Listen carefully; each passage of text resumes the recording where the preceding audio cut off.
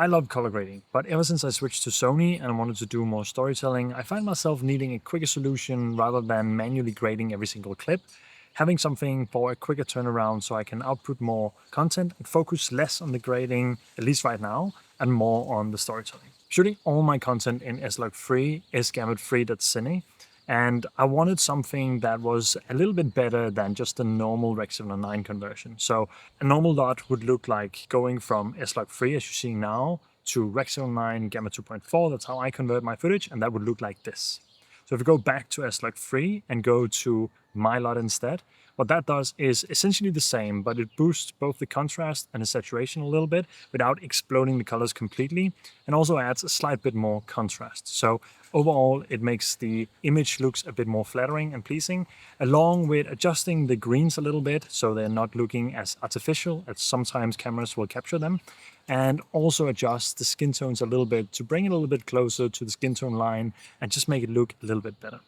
So this is essentially still a starting point, and most often I still have to adjust the white balance and the exposure a little bit depending on what I'm shooting. Right now I'm shooting almost in the middle of the day, so I have very harsh light coming in here, but still I can balance it in the exposure and sometimes add a little bit more contrast if I find myself in a softer scenario. So what this lot is supposed to do is just give a quicker starting point than what you would otherwise have. So just quickly talking about what the lot is, I want to show you exactly how it works. I'm going to show it inside DaVinci Resolve, but if you're working in Premiere Pro or Final Cut Pro, that works exactly the same. So let's head into DaVinci Resolve and we'll show you exactly how you can use the slot and why I like it so much. All right, so inside DaVinci Resolve, I just have 5 clips here that I've wanted to show you the lot with. So before we do that, I'm just going to make a few notes here. If you're not in DaVinci Resolve, don't get scared away by that. This is a color space transform, so I'm just going to put in my parameters here. Sony S-Gamma3.cine, SLOG3, Rec 709, and Gamma 2.4.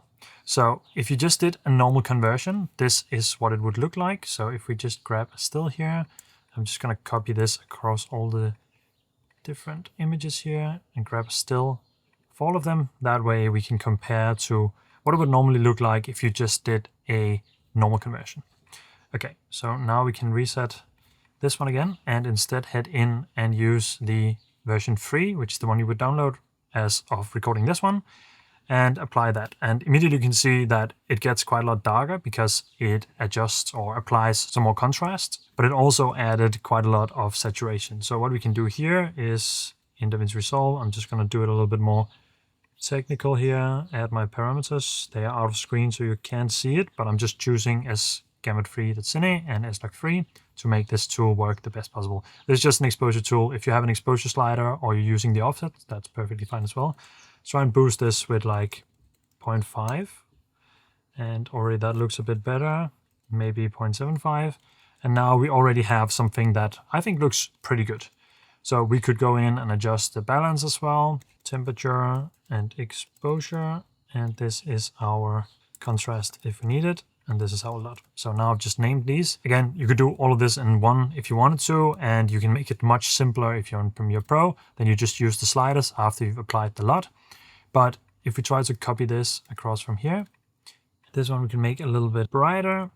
And if we wanted to change the exposure, we could switch to the vector scope here, and you could either use the temperature sliders. I'm going to use the offset here, but if you use the temperature sliders, that's also fine. Just going to drag it up, warm it up a little bit, and now I'm pretty satisfied with what it looks like already. Don't need to do that much more. For this clip here, let's just take again and copy it in here. Maybe reset our adjustments here. And if we take this one as an example, so let's just try and use the split screen here and choose this one. Here we can see a side-by-side of what they look like. So on the left, we have with the lot, and on the right, we have just a normal Rec 709 conversion. You can see it's a little bit more flat, it's a little bit more desaturated, and the green looks a little bit different. So that is essentially what this lot does. It's not a major difference, but you would still need to do a little bit of work on the right one, whereas on the left one, you could get away with maybe just adding a slight bit more contrast. Let's just do it the very simple way like this for this case. And just adding a little bit of contrast here. Now we have some more contrast, and now it actually looks pretty good. So if we go into the next one here, remove our exposure adjustments and our split screen here. This is what it looks like with the LUT on, off. This one definitely needs a little bit of balancing as well, so we could just warm it up a little bit and maybe make it a little bit less green here. Just center things. It was quite sunny, maybe that was a little bit too much warmth.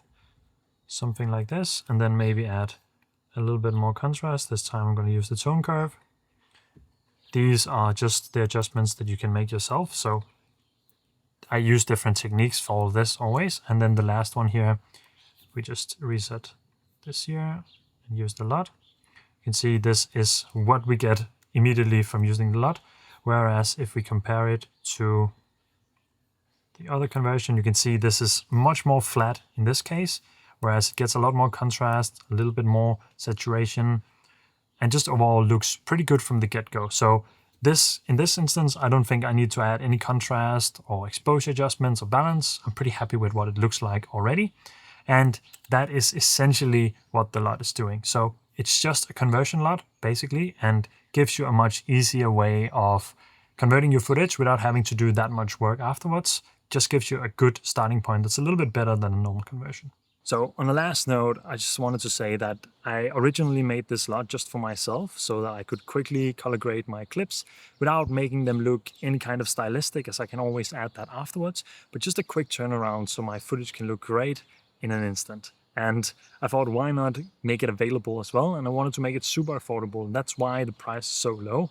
I've used all the same techniques as I normally use building my LUTs, but the difference between this one and the color pack is that they are way more stylistic. They're supposed to give you much more of a look and a specific feel depending on the LUT that you use, rather than this that's more of like an enhanced conversion. So if you're looking for something that can just take your SLOG3, S-gamut-free cine footage and make it look better in an instant, and then just adjust the white balance, exposure, and perhaps the contrast, then this is a great LUT for you to start with.